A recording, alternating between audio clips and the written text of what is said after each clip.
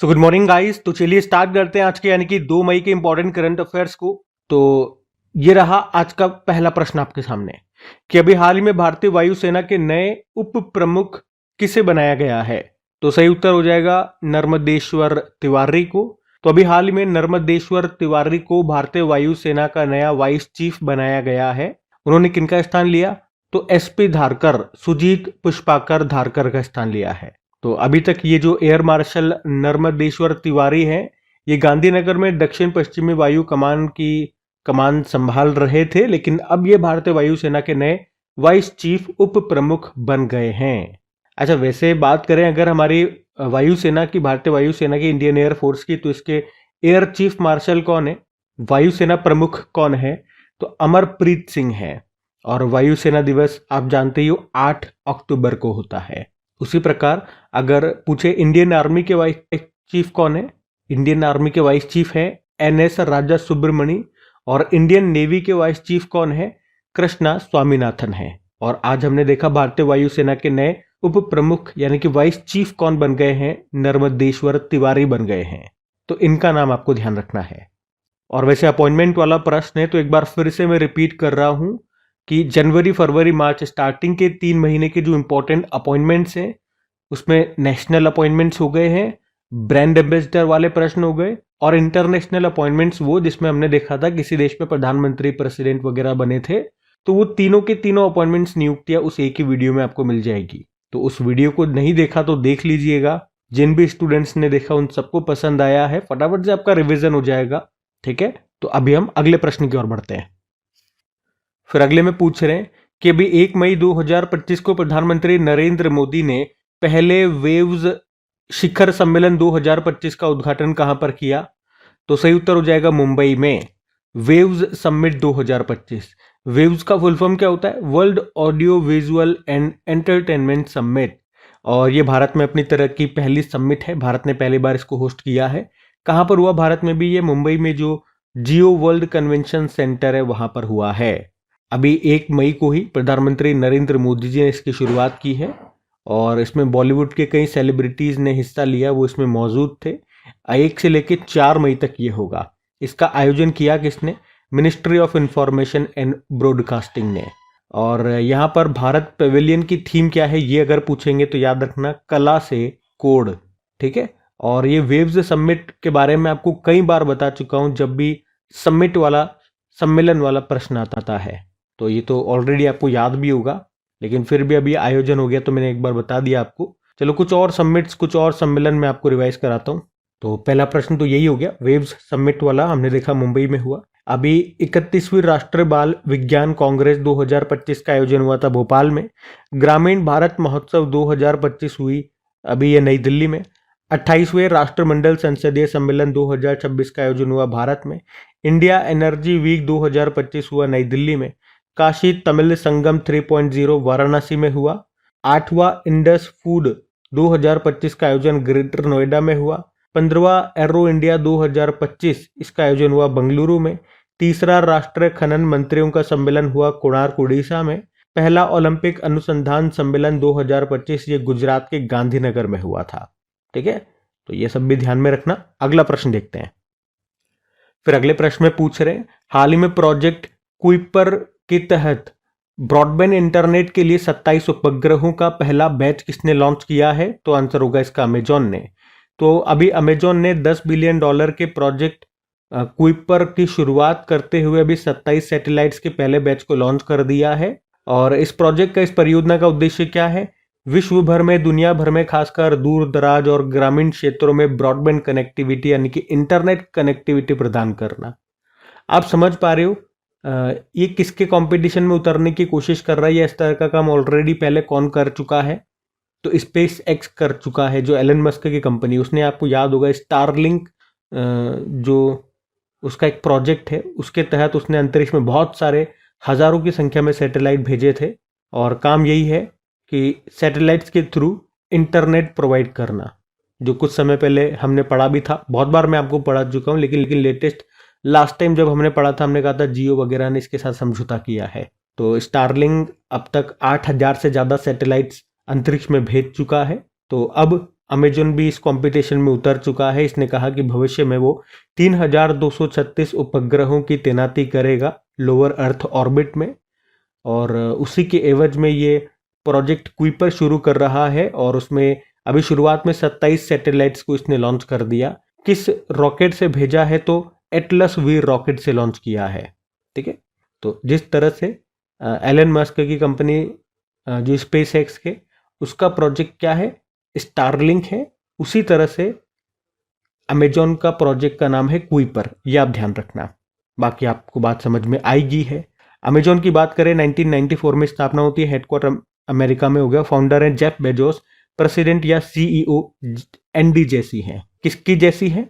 ND जैसी है, ऐसी है, ये ध्यान रखना। अगला प्रश्न देखते हैं।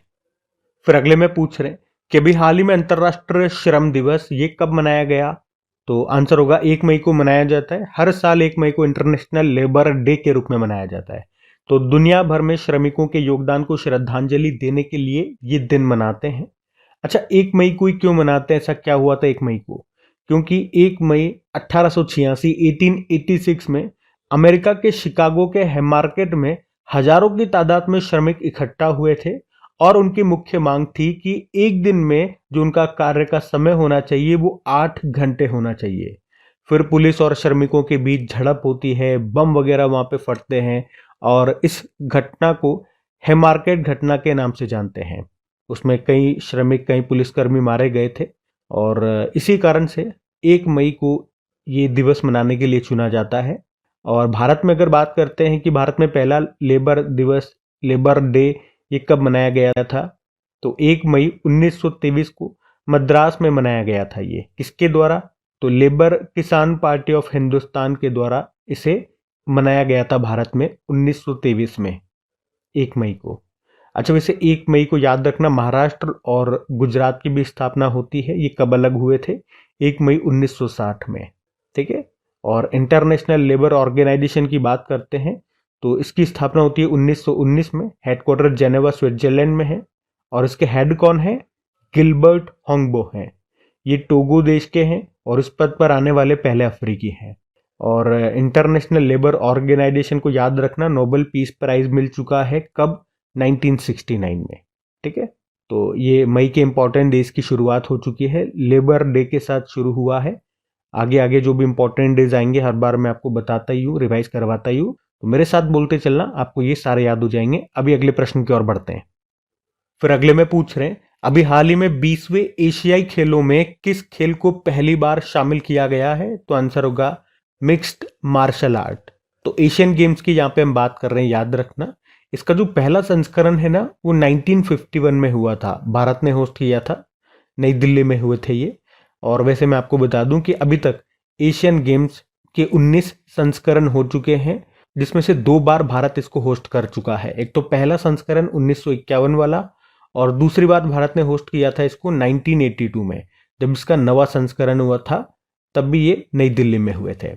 और इस समय की एक और खास बात है कि इसी समय पहली बार इसमें मैस्कोट को भी शामिल किया गया था, मैस्कोट रखा गया था शुभंकर।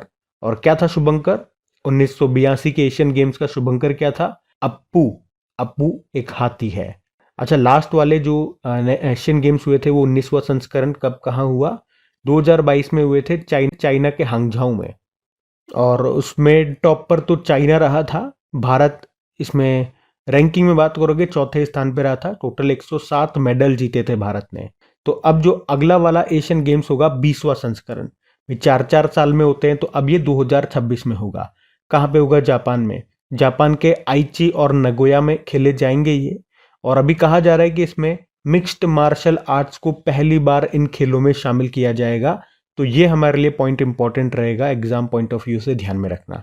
और उसके बाद वाले भी आपको बता दूं कि जो 21वां संस्करण 2030 में होगा वो दोहा कतर में होगा, और 22वां संस्करण 2034 वाला रियाद सऊदी अरब में होगा। इसी तरह से अगर मैं आपसे पूछूं कि 2028 में जो समर ओलंपिक्स होंगे, जो इसका 34वां संस्करण होगा, कहाँ पे? लॉस एंजल्स अमेरिका में, उसमें पहली बार किस खेल को शामिल किया जा रहा है? पहली बार नहीं कहूंगा, यूं कहूंगा दूसरी बार। तो आंसर होगा क्रिकेट को। T20 फॉर्मेट में होंगे। अब आप मुझे बताओ, क्रिकेट इन समर ओलंपिक्स में दूसरी बार शामिल किया जा रहा है, पहली बार क्रिकेट इसमें कब खेला गया था? ये प्रश्न आपके लिए होमवर्क प्रश्न है। अब मैं आपको बता चुका हूं कई बार, अब आपकी बारी बताने की। बताइए, हम अगले प्रश्न की ओर बढ़ते हैं। फिर अगले प्रश्न में पूछ रहे हैं, अभी हाल ही में सीबीआई ने किस ऑपरेशन के तहत अंतरराष्ट्रीय ऑनलाइन बाल यौन शोषण नेटवर्क को ध्वस्त कर दिया है? तो आंसर होगा ऑपरेशन हॉक। सीबीआई मतलब हो गया सेंट्रल ब्यूरो ऑफ इन्वेस्टिगेशन। तो इसी ने एक ऑपरेशन शुरू किया था जिसका नाम है ऑपरेशन हॉक, और इसी के तहत अंतरराष्ट्रीय संबंधों वाले अभी ऑनलाइन बाल यौन शोषण के साइबर अपराध नेटवर्क को इसने ध्वस्त कर दिया, खत्म कर दिया।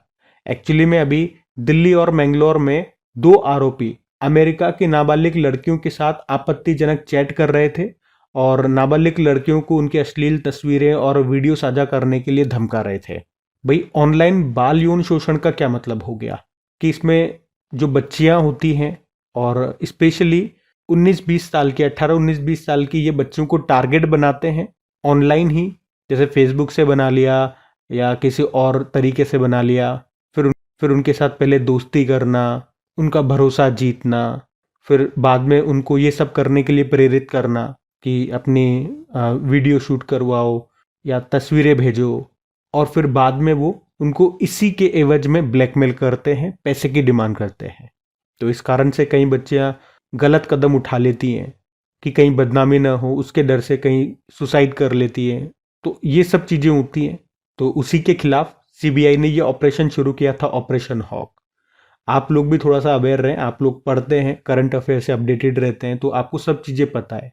तो अपने घर परिवार में, दोस्तों में, जो अपने छोटे भाई बहन हैं, उनको हमेशा सिखाते रहें कि अब ऐसा माहौल नहीं है, किसी के ऐसे चक्कर में नहीं आना है, कोई ऑनलाइन दोस्ती नहीं चाहिए, दोस्ती करनी है ऑफलाइन करो, स्कूल में करो, और हो गई जितनी दोस्ती होनी, अभी अपना करियर बनाओ। अभी हमें देख रहे हो ना, अपना एग्जाम्पल दिया करो, अभी हमें देख रहे हो ना, कोई दोस्त काम नहीं आ रहा है, दोस्ती यारी एक, पढ़ाई कर रहे हैं अभी हम लोग, पढ़ाई ही सबसे बड़ा दोस्त है।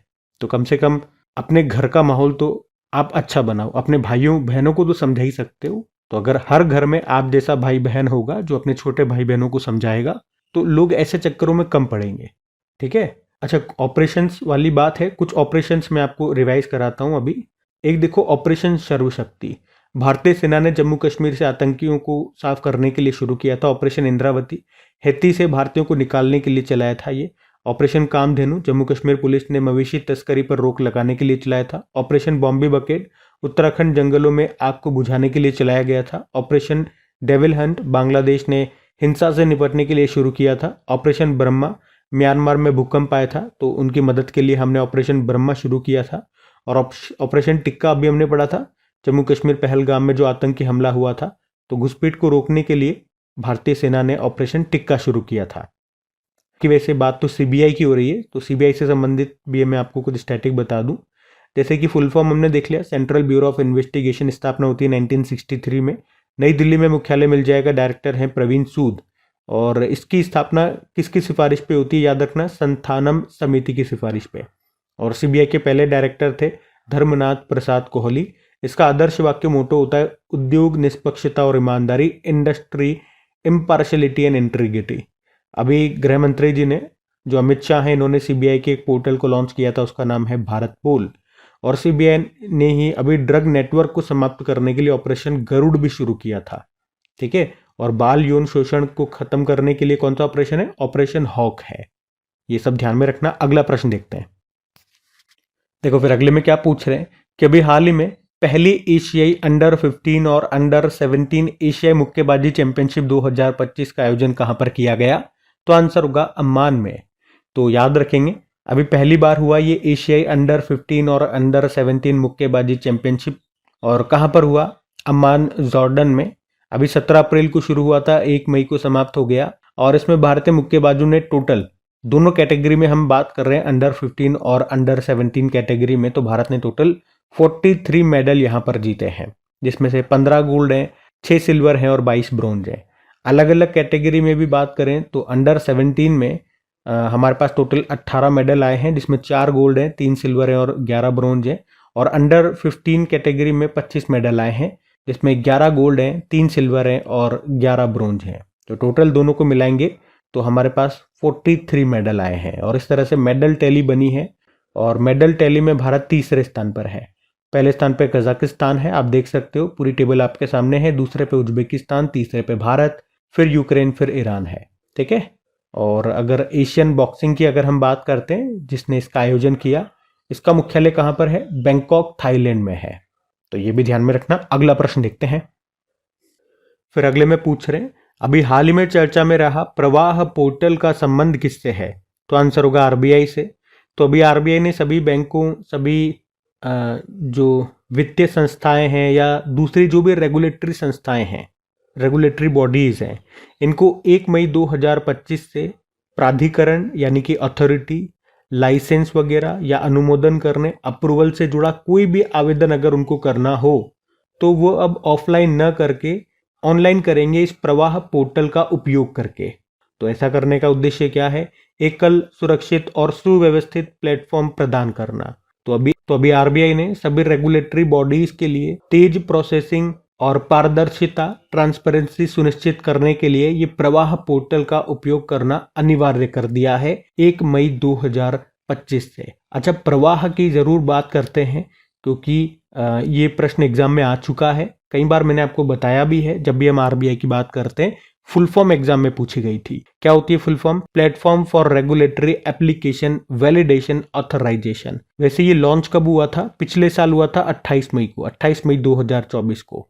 और अगर आपको याद हो तो एक प्रश्न इसी साल हमने पढ़ा था कि आरबीआई को प्रवाह और सारथी पोर्टल के लिए अभी डिजिटल ट्रांसफॉर्मेशन अवार्ड 2025 भी मिला था। याद है ना आपको? अच्छा, मुझे एक प्रश्न का उत्तर दो। ये तो प्रवाह पोर्टल हो गया जिसको आरबीआई ने शुरू किया, एक प्रवाह सॉफ्टवेयर भी है। तो ये प्रश्न आपके लिए होमवर्क प्रश्न के रूप में छोड़ रहा हूं। प्रवाह सॉफ्टवेयर को किसने लॉन्च किया था? ये आप बताएंगे, नहीं याद तो सर्च करके बताओ ताकि आपको याद होना चाहिए ये। चलो अभी तो मैं बता देता हूं, इसको इसरो ने लॉन्च किया था। ठीक है, तो ध्यान रखना, फिर अगली बार वापस पूछूंगा मैं आपसे। अब बात यहाँ पे आरबीआई की है, तो आरबीआई के बारे में जानते हैं। कुछ स्टैटिक, कुछ करंट अफेयर्स के प्रश्न।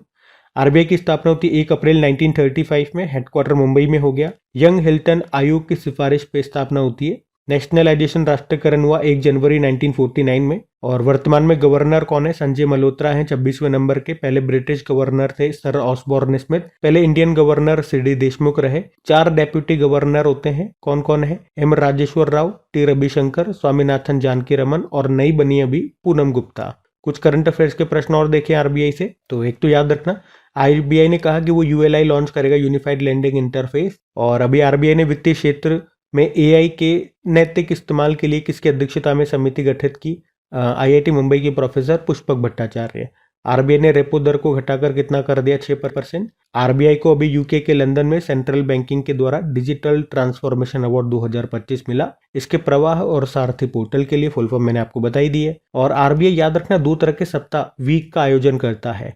डिजिटल पेमेंट्स अवेयरनेस वीक 10 से लेकर 16 मार्च तक, थीम थी इंडिया पेज डिजिटली। और फाइनेंशियल लिटरेसी वीक 24 से लेकर 28 फरवरी तक, थीम थी फाइनेंशियल लिटरेसी वुमेन्स प्रॉस्पेरिटी। ध्यान रखना ये सब। अगला प्रश्न देखते हैं। फिर अगले में पूछ रहे हैं कि हाल ही में एक्सियोम स्पेस का सीईओ किसे नियुक्त किया गया? तो आंसर होगा तेजपाल भाटिया को। तो एक्सियोम स्पेस ये अमेरिका की एक स्पेस इंफ्रास्ट्रक्चर डेवलपर कंपनी है और उसी ने अभी भारतीय मूल के तेजपाल भाटिया को अपना सीईओ बनाया है। इस कंपनी की स्थापना 2016 में होती है। मुख्यालय आपको ये टेक्सास, ह्यूस्टन, अमेरिका में मिल जाएगा। और वैसे एक्सियोम से आपको याद आएगा, हमने पढ़ा था कि हमारे इंडियन एयरफोर्स के जो ग्रुप कैप्टन है शुभांशु शुक्ला, इनको एक्सियोम 4 मिशन के लिए इंटरनेशनल स्पेस स्टेशन पर भेजा जा रहा है। ये मिशन एक्सियोम स्पेस और नासा का मिशन है और इस तरह से इंटरनेशनल स्पेस स्टेशन का दौरा करने वाले वो पहले भारतीय अंतरिक्ष यात्री होंगे जो मुख्य रूप से भारतीय हैं। बाकी और भी गई हैं, वो आप सब जानते हो, लेकिन वो भारतीय मूल की अमेरिकी रही हैं। ये प्योर भारतीय हैं। अच्छा, मान लो एग्जाम में थोड़ा डीप में प्रश्न आया ना, तो यह आ सकता है कि किसी कारण से अगर शुभांशु शुक्ला नहीं जाते एक्सियोम 4 मिशन के तहत, वो इंटरनेशनल स्पेस स्टेशन में नहीं जाते, तो फिर उनके स्थान पे किसे भेजा जाता? मतलब बैकअप के रूप में किसे रखा है? तो ग्रुप कैप्टन बालकृष्णन नायर को रखा है। ठीक है, तो ये भी थोड़ा सा ध्यान में रखना नाम। अगला प्रश्न देखते हैं।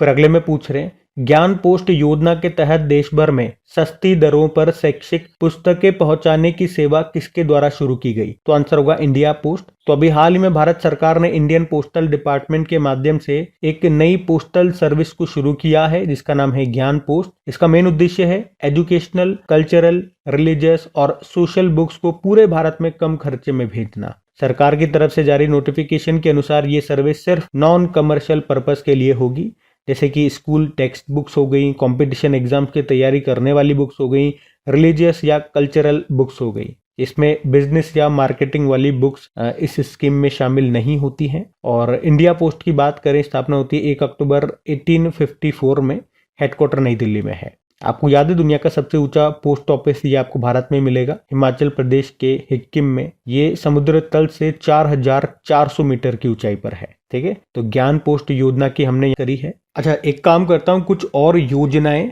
जो हमने करंट अफेयर्स में पढ़ी वो मैं आपको रिवाइज कराता हूँ। एक तो मुख्यमंत्री समृद्धि परिवार योजना मध्य प्रदेश ने शुरू किया। ज्ञान भारतम मिशन राष्ट्रीय अभिलेखागार ने इसको शुरू किया है। और भारत सरकार ने भारतीय बायोटेक स्टार्टअप्स को बढ़ावा देने के लिए कौन सी पहल शुरू की? बायोसारथी। नोदी बंधन योजना पश्चिम बंगाल ने। मृदा स्वास्थ्य को बढ़ावा देने के लिए हर खेत स्वस्थ खेत अभियान को शुरू किया हरियाणा ने। और जो दिल्ली है ये आयुष्मान भारत प्रधानमंत्री जन आरोग्य योजना को लागू करने वाला 35वां राज्य या केंद्र शासित प्रदेश बन गया है। अब केवल इसको ये कहाँ पर लागू नहीं है, केवल पश्चिम बंगाल में, पश्चिम बंगाल बचा है। मुख्यमंत्री महिला उद्यमिता अभियान असम ने शुरू किया।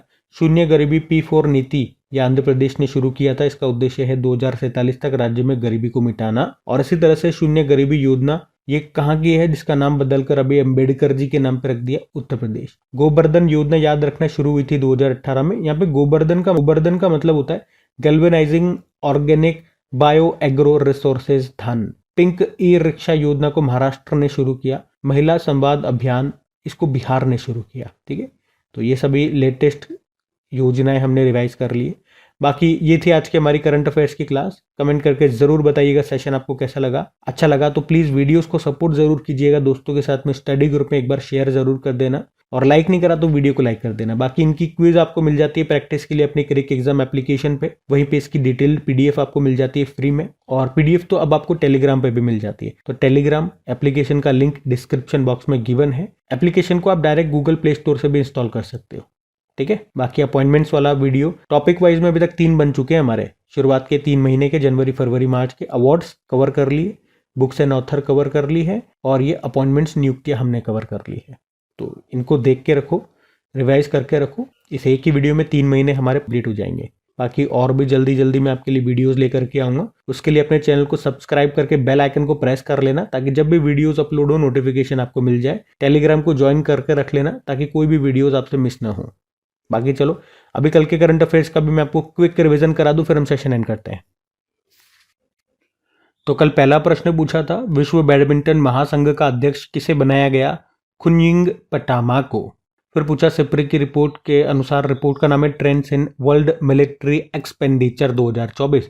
इसमें भारत कौन से स्थान पर है? 5वें स्थान पे। और राष्ट्रीय सुरक्षा सलाहकार बोर्ड का प्रमुख किसे बनाया गया है? आलोक जोशी को। और एक बुक है Ramanujan journey of a great mathematician, इसके लेखक कौन है? अरुण सिंगल और देवेंद्र कुमार शर्मा। हार्वर्ड के AI फॉर गुड हैकेथॉन में किस भारतीय AI परियोजना ने प्रथम पुरस्कार जीता? मेघा। किस राज्य के और अभी हाल ही में सैटेलाइट बस एज अ सर्विस पहल किसके द्वारा शुरू की गई? In space. Mission Amrit Sarovar के तहत भारत में 68,000 से अधिक अमृत सरोवर बनाए गए हैं। ये मिशन कब शुरू हुआ था? 2022। और आखिरी प्रश्न था, हर साल अंतर्राष्ट्रीय नृत्य दिवस कब मनाया जाता है? 29 अप्रैल को। तो चलो कल का भी होमवर्क प्रश्न देखते हैं और सेशन एंड करते हैं। तो कल आपसे पूछा था कि अभी 30 मार्च 2025 को साजिबू चेराओबा नववर्ष उत्सव ये कहां पर मनाया गया? तो आंसर होगा मणिपुर। आप सभी ने प्रश्न का बिल्कुल सही उत्तर दिया। अब ये रहा आज का आपका होमवर्क प्रश्न।